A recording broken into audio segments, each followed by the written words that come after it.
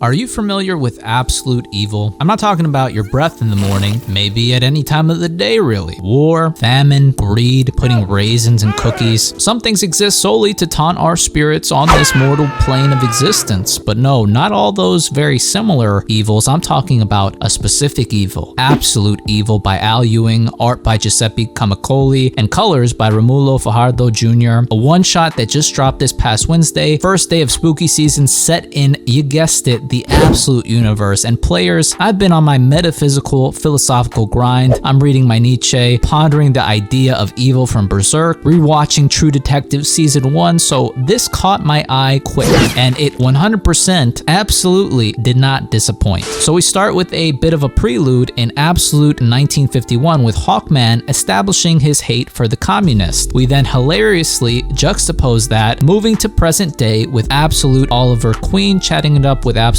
Roy Harper, while in the Arrow Cave about going after Absolute Slade Jubal, a slumlord in the main comics who is in the Absolute universe and quite apt for a comic called Absolute Evil, positioned to be an Epstein-type PDF file. Ollie seems to be getting quite a bit of friction from Roy about what he's about to do, but his conviction runs deep, and we find out it runs so deep it unknowingly taps into the literal fabric of the universe. It is the Darkseid universe. Makes sense. I also just love the panel of the arrow going down in the direction of the universe and just pure negativity. The symbolism is great. Meanwhile, Hector Hammond finds his way into a highly secretive elite meeting with the absolute versions of Ra's al Ghul, looking like the final boss of 2010. He's the one that's been giving Superman a hard time as of late. Eleanor Thawne, Veronica Cale, is on Wonder Woman's ass. As well, we have the Joker, and Veronica is explaining the history of events in the absolute universe where the status quo was broken and then readjusted for the good of the world. Essentially, a superhero doing their thing is breaking the natural order, but the universe seemingly corrects that itself somehow, and they not only set up the history of the absolute universe and do some nice world building, they establish the reason why they are compelled to do so. The way Absolute Sandman and Wildcat met their respective ends leads them to winning the war. Heroes rise to fall, and that induces success until now,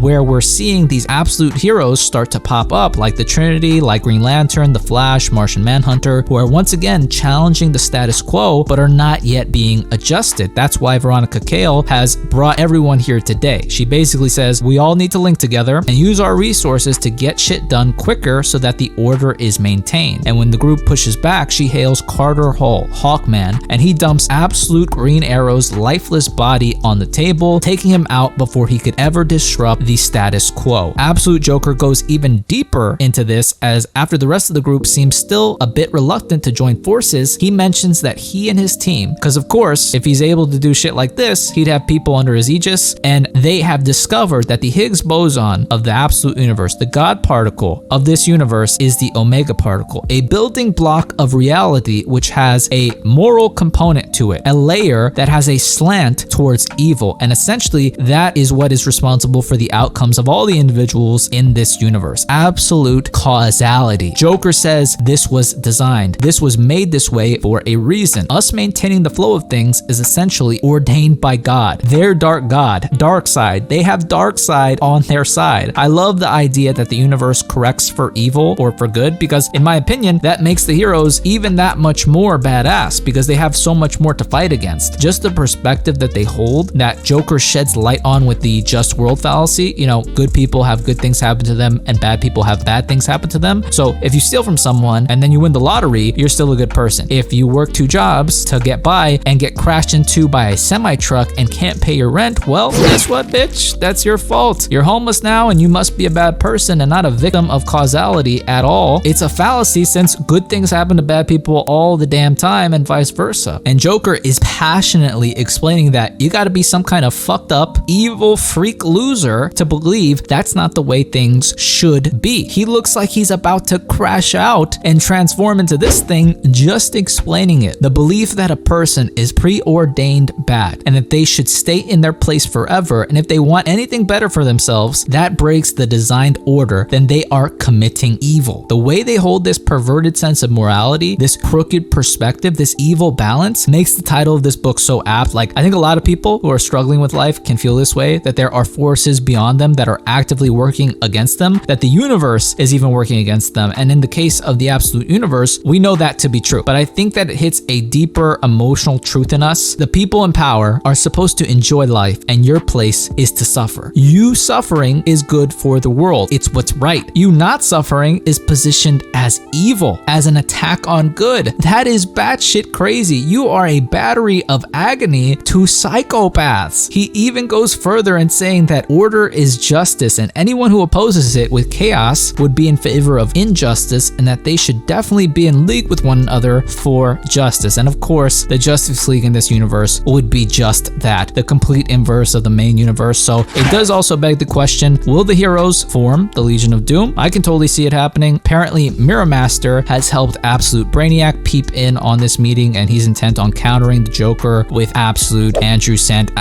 Lex Luthor. Who would have thought? Lex Luthor, happily married, farm boy family man. This universe just keeps on giving. But that's pretty much how it wraps up. Seriously, I didn't expect to enjoy this book so much. It really boils down the motivations of these figures for this universe. It gives off such a strong, eerie feeling, because I think anyone can imagine something like this happening in our world right now, something strikingly similar. Al Ewing is such a beast, and he captured a strangely cosmic or like universal but grounded layer of horror in this one. The art is also very solid. I would highly recommend anyone reading this book. It's just a one-shot, but damn, I think I need to catch up on Absolute Green Lantern, because Al Ewing, especially if you're an Absolute Batman fan, which I think if you're a fan of the Absolute universe, like, you've got to read Absolute Batman, and you've got to read this book. It gives you another perspective, another layer to color Joker in the Absolute universe with, and a better understanding of him. So highly recommend. I forgot how nice with it Al Ewing is. Let me know if you've read it, players, and your thoughts on it. Love to hear your perspective, but that's pretty much it. If you like the video, leave me a thumbs up, comment down below, and if you want, subscribe. Always appreciate it. Thank you guys so much for watching. I hope all of you guys are well, and I will see you in the next one.